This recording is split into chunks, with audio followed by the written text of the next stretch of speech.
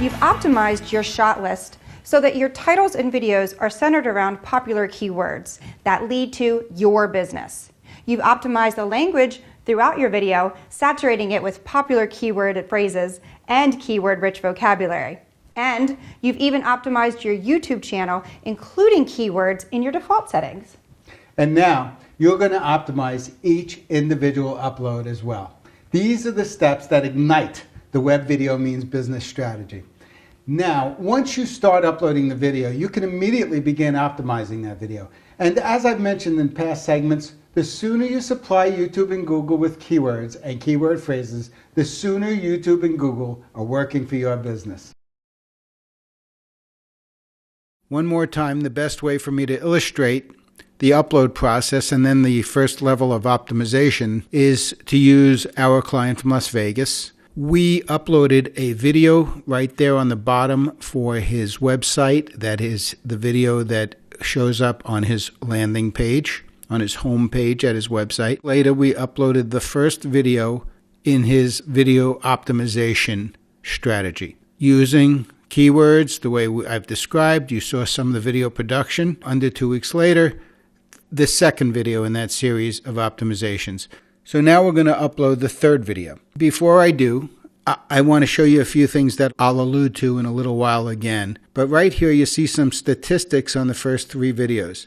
Now for the most part, when you first put these videos up, unless you've spent money or have built up a fantastic marketing momentum from some other source, your website or something going on publicly, you're not going to have a lot of hits. These hits are generally the client looking at the video, his friends from California, his web guy from Colorado.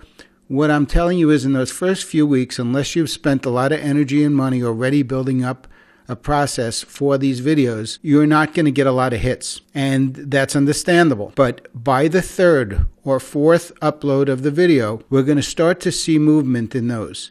And there is going to be, as I've described before, a point of no return. All of a sudden, the numbers turn, really rev up. You start to see a lot of hits. And frankly, you start to see the ancillary hits to your website and your landing pages for sales. Now, I'm going to spend a lot more time on these analytics. But one thing I do want you to take a quick look at, and is valuable at this time in the process, is to see how long people have been watching the videos. Now, maybe not from the states that you know are your friends where they're going to watch every minute, but from a place where you're not sure where they must have come from. Maybe they stumbled upon it in some other way and then watched the video. It's real interesting to see if they stuck around a little while and make some adjustments in your videos as you go along. The actual uploading is really a kind of simple process, a pretty typical web process where you hit that button right there. It says upload. It brings you a screen that allows you to either click on the screen and look for your file on your hard drive or to just drag and drop.